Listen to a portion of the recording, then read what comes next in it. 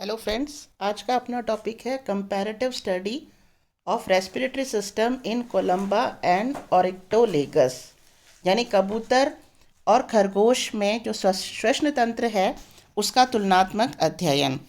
क्योंकि आपके सिलेबस में तुलनात्मक अध्ययन है, इसीलिए मैंने इसको कंपैरेटिव करके एक चार्ट के रूप में बनाया है ताकि एग्ज़ाम में आप इसको एक आंसर के रूप में अटेंड कर सको।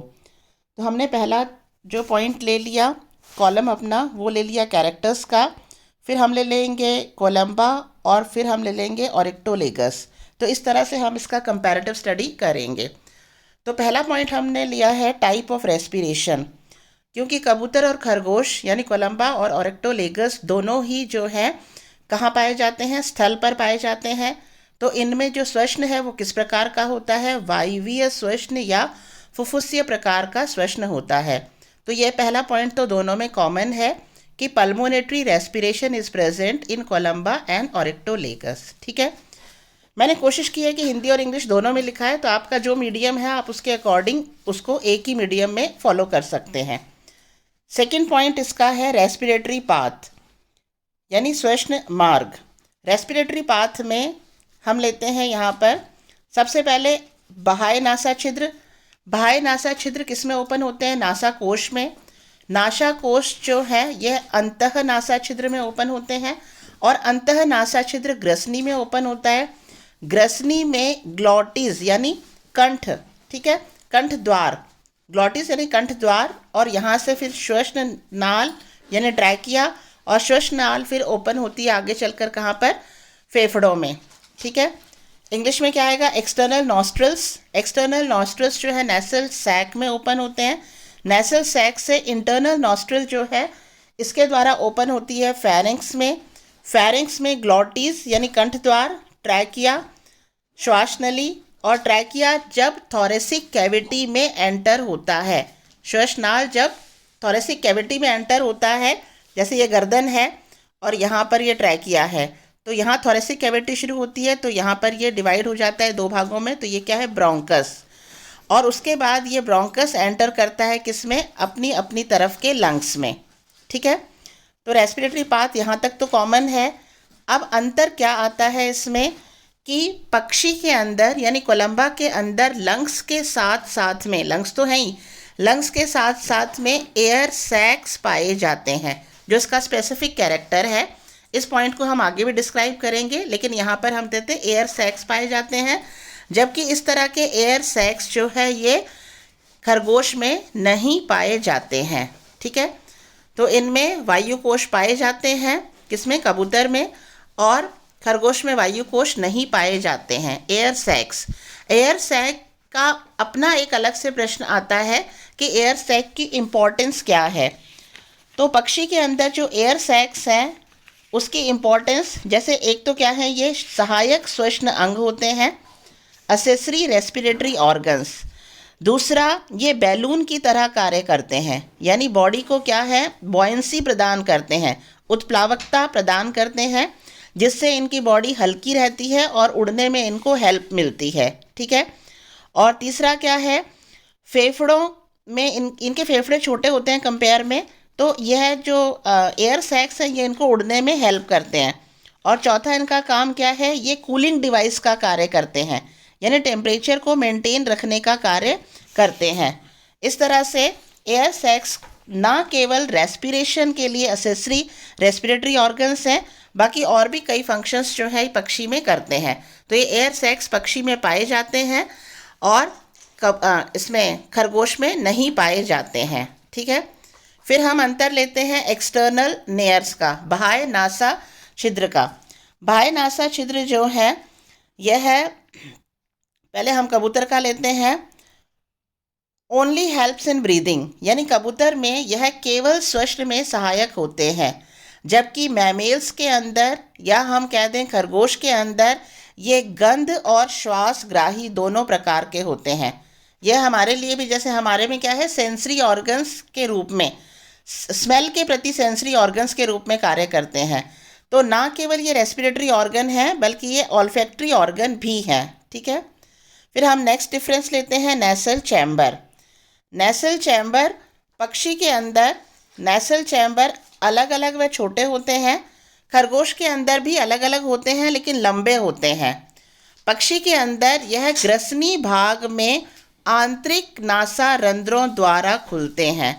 ग्रसनी भाग में आंतरिक नासा रंध्रों यानी दो अलग अलग छिद्र के द्वारा खुलते हैं ग्रसनी भाग में, जबकि खरगोश के अंदर टर्बाइनल अस्थियां युक्त होते हैं ये, और कंठ ग्रसनी भाग में एक आंतरिक नासा रंध्र, इसे मैंने हाईलाइट किया है, एक आंतरिक नासा रंध्र के रूप में खुलते हैं।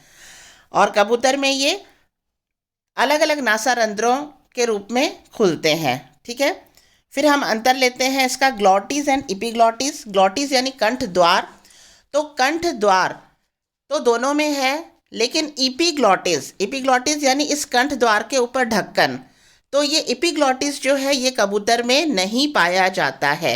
मैमेल्स के अंदर या खरगोश के अंदर जो हम ले रहे हैं कंपेयर, इनमें इपीग्लॉटिस पाया जाता है। हमारी जो गर्दन वाला भाग है, इस गर्दन वाले भाग में ईसोफेगस और ट्रैकिया दोनों पैरेलल चल रहे हैं, है ना।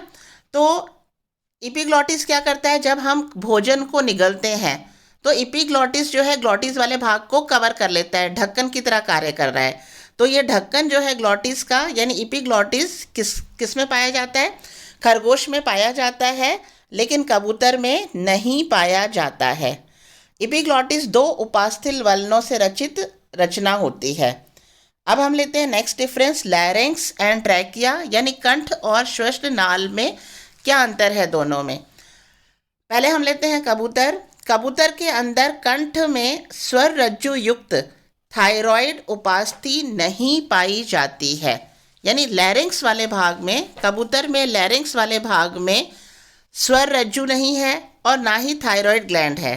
ठीक है, तो कबूतर के अंदर या पक्षी के अंदर, यहाँ आप देखो डायग्राम में मैंने मेंशन किया है, यह है ट्रैकिया, श्वास नली।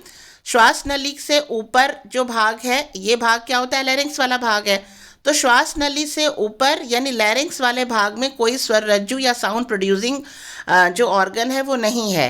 तो इनके अंदर साउंड प्रोड्यूसिंग ऑर्गन कहाँ पाया जाता है, यह ट्रैकिया का जो लास्ट वाला पार्ट है, अंतिम वाला भाग, यानी ये वो भाग है जब ये थोरेसिक कैविटी शुरू होती है। ये गर्दन खत्म हुई और ये थोरेसिक कैविटी शुरू हुई, तो इस वाले भाग पर यानी ट्रैकिया के पश्च सिरे पर, ट्रैकिया के पश्च सिरे पर जो है सायरिंक्स पाया जाता है। साउंड प्रोड्यूसिंग मेम्ब्रेन है पक्षी में, वो ट्रैकिया जहाँ ख़त्म होता है और थोरेसिक कैविटी शुरू होती है, उसके जंक्शन पर पाया जाता है सायरिंक्स, स्वर कोश। ठीक है, जबकि मैमेल्स के अंदर, या हम खरगोश का ले रहे हैं तो खरगोश के अंदर जो है थायराइड ग्लैंड पाई जाती है, कंठ में स्वर रज्जु होता है, यानी कंठ वाले भाग में है स्वर रज्जु और थायराइड ग्लैंड पाई जाती है। यहाँ ये डायग्राम छोटा सा मैंने मेंशन किया है इस चीज़ को शो करने के लिए। यहाँ आप देखो ये एपिग्लॉटिस है, यह थायराइड ग्लैंड है। हमारे गर्दन वाले भाग में होते हैं ना थायराइड ग्लैंड, तो खरगोश मैमील है तो उसमें ये थायराइड कार्टिलेज है, एक बड़ी साइज़ की कार्टिलेज है। एरेटेनॉइड दो जोड़ी में है बोन ये, और थायराइड और एरेटेनॉइड के बीच में जो स्पेस है यहाँ है ट्रू वोकल कॉर्ड, पीछे वाले भाग में ट्रू वोकल कॉर्ड है, और आगे वाले भाग में जो मेम्ब्रेन है ये फॉल्स वोकल कॉर्ड होती है। और यहाँ क्या है, पश्च भाग में इसके क्या है, ट्रू वोकल कॉर्ड। और इस वोकल कॉर्ड, ये जो मेम्ब्रेन है, जब श्वास बाहर निकलते हैं, ठीक है, एक्सपिरेशन के टाइम पर, तब ये जो मेम्ब्रेन है इसमें कंपन होती है और इससे साउंड प्रोड्यूस होता है। और जो है खरगोश, तो हमें पता है कि उसमें बहुत ही कहीं मुसीबत में फंस जाए तो किर किर की आवाज़ उसमें आती है, अदरवाइज खरगोश जो है उसमें आवाज़ या बोलने की क्षमता नहीं होती है। और ह्यूमन बीइंग्स हैं जैसे, तो इनके अंदर केवल ये ट्रू वोकल कॉर्ड ही नहीं, बल्कि हमारे जो दांत हैं, जो जीभ है, जो गाल हैं, तो ये सब जो है हमारी साउंड प्रोडक्शन में हेल्प करते हैं। अगर दांत नहीं होंगे तो भी स्पष्ट आवाज़ नहीं निकलेगी। जीभ हमारी है, कभी ऊपर कभी नीचे, कभी गोल घूमकर किसी तरह से जो है मूवमेंट होता है जो जीभ का है ना, तो ये सब मिलजुल करके जो है साउंड प्रोडक्शन होता है। बिल्ली के अंदर जो साउंड प्रोडक्शन होता है म्याऊं म्याऊं, वो होता है यहाँ ऊपर की साइड में जो मैंने बताया फॉल्स वोकल कॉर्ड, यहाँ फॉल्स वोकल कॉर्ड में कंपन से जो है म्याऊं म्याऊं की आवाज़ आती है। तो ये जो वोकल कॉर्ड है ये मैमेल्स में या खरगोश में कहाँ पर है, थायराइड ग्लैंड और एरेटेनॉइड जो है इसके पश्च वाले भाग में जो मेम्ब्रेन है यहाँ ट्रू वोकल कॉर्ड होता है। और थायराइड ग्लैंड के नीचे क्या है, इसमें क्रिकॉइड बोन है, और क्रिकॉइड के बाद में शुरू होता है क्या, ट्रैकिया। तो अगर हम एक सिंपल भाषा में डिफरेंस बता दें तो पक्षी के अंदर तो क्या है, ट्रैकिया का पश्च भाग जो है यहाँ पर पश्च भाग में साइरिंक्स है, जबकि मैमल्स के अंदर ट्रैकिया के आगे वाले भाग में, ठीक है, यहाँ पर क्या है, वोकल कॉर्ड उपस्थित है। तो ये एक डिफरेंस हो गया। अब हम लेते हैं डिफरेंस इसका रेस्पिरेटरी ऑर्गन। रेस्पिरेटरी ऑर्गन में जो मेन क्या है, लंग्स है।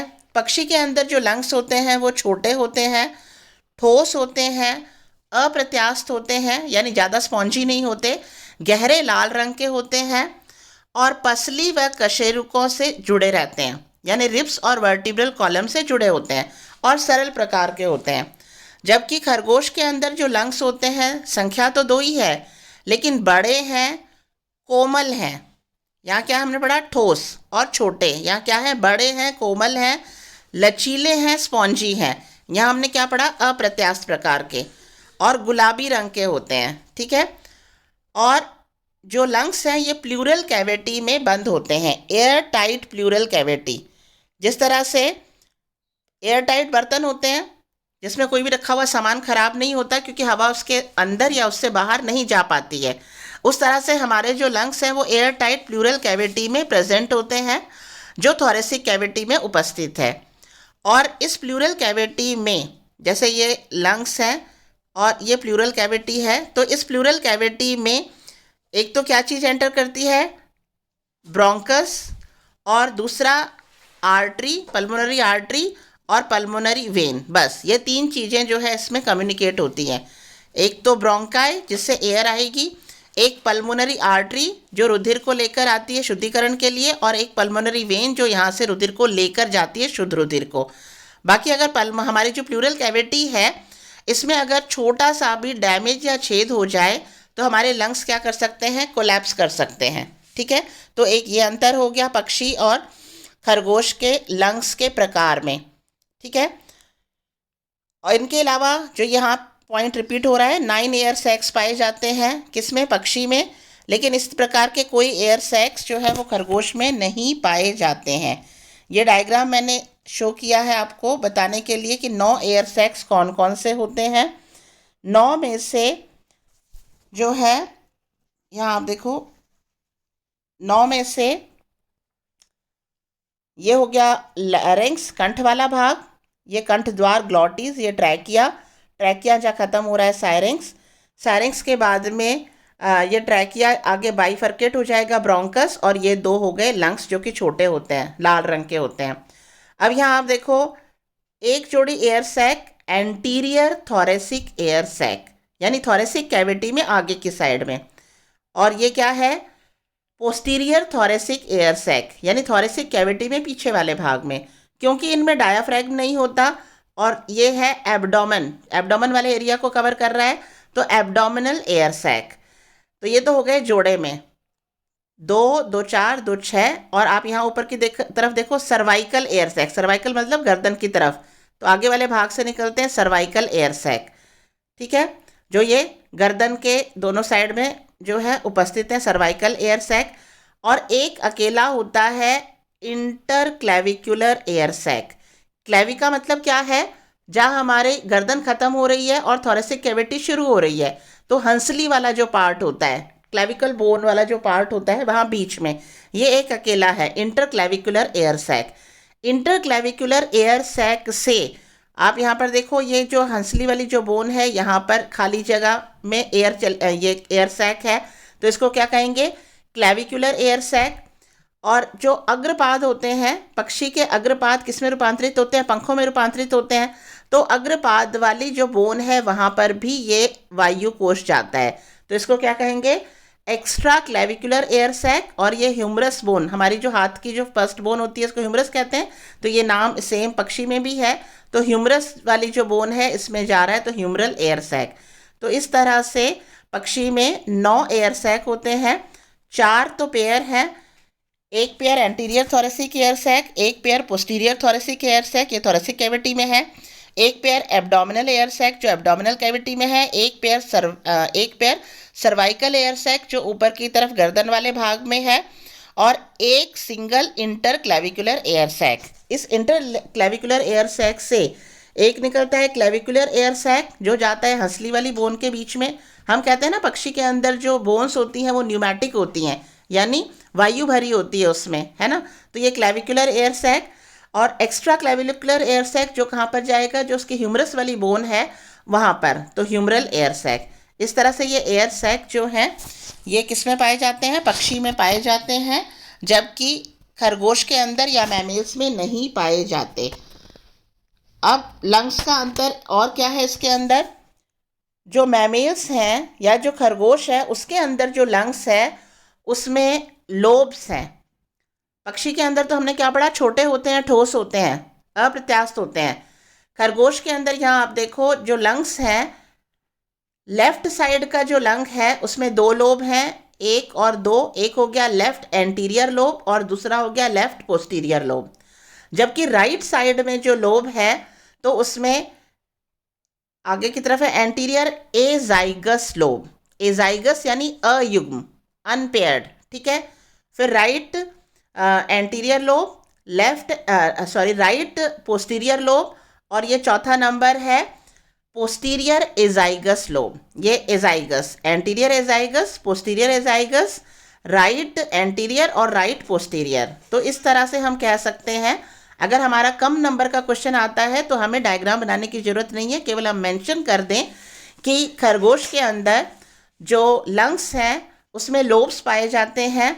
लेफ्ट जो लंग है उसमें दो लोब्स हैं, left anterior and left posterior. और राइट साइड का जो लंग है उसमें चार लोब्स हैं, एंटीरियर एजाइगस, फिर right anterior, right posterior and posterior azygos, ठीक है।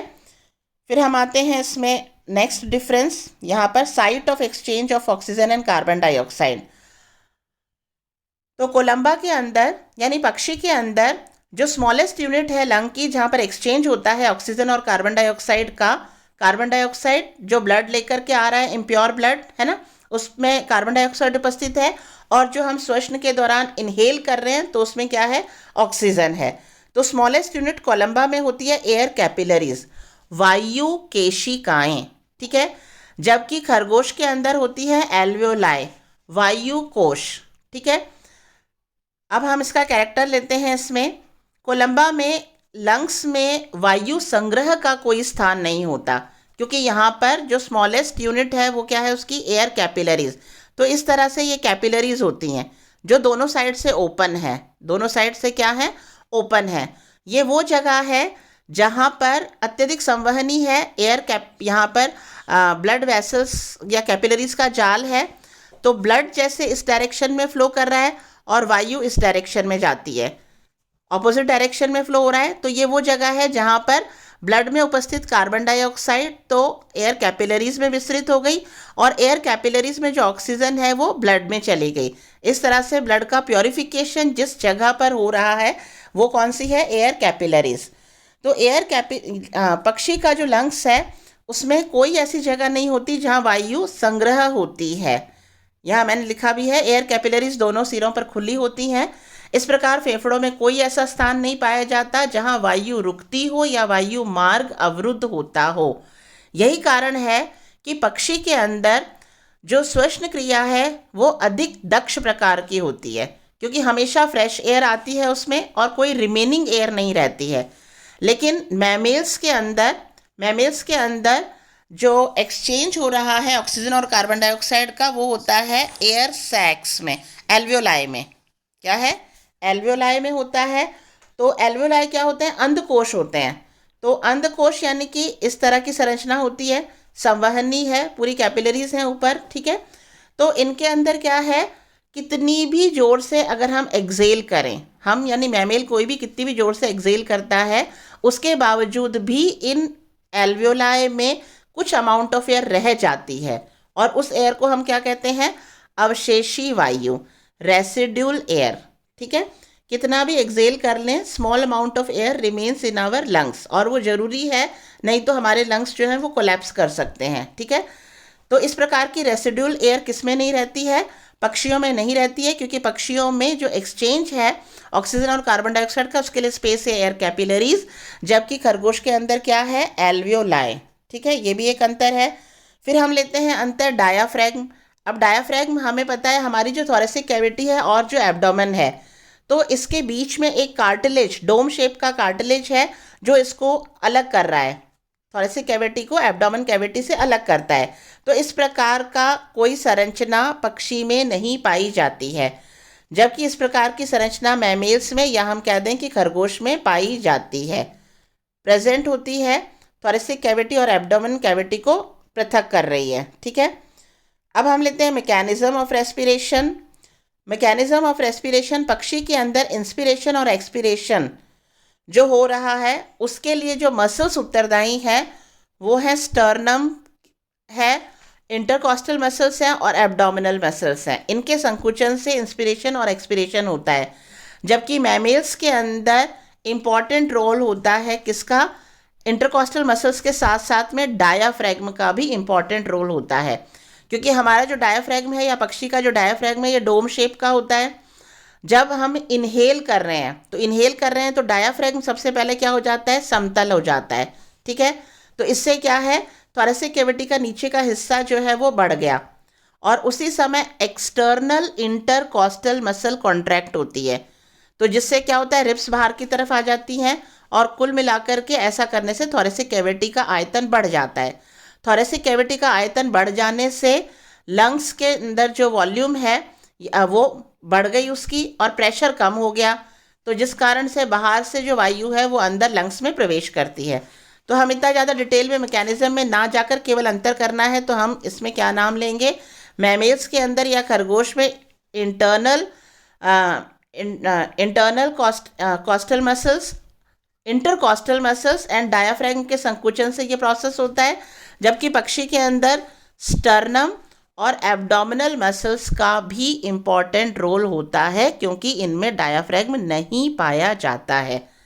और लास्ट में हम डिफरेंस ले लेते हैं कि पक्षी जो उड़ते हैं उनको ज़्यादा मात्रा में ऑक्सीजन की आवश्यकता होती है, तो उनका जो रेस्पिरेटरी मैकेनिज्म है या रेस्पिरेटरी सिस्टम है वो ज़्यादा एडवांस है in comparison to the mammals. ठीक है, और ये एडवांसमेंट के लिए इनमें एयर कैपिलरीज और एयर सैक्स पाए जाते हैं, जबकि मैमल्स के अंदर जो है एयर कैपिलरीज और एयर सैक्स यानी वायु कोश नहीं होते, इनमें क्या होता है, एल्वियोलाई होते हैं। ठीक है, तो यही कारण है कि पक्षी की अपेक्षा मैमल्स के जो रेस्पिरेटरी मैकेनिज्म है वो कम दक्ष होता है, और पक्षियों का रेस्पिरेटरी मैकेनिज्म अधिक दक्ष प्रकार का होता है।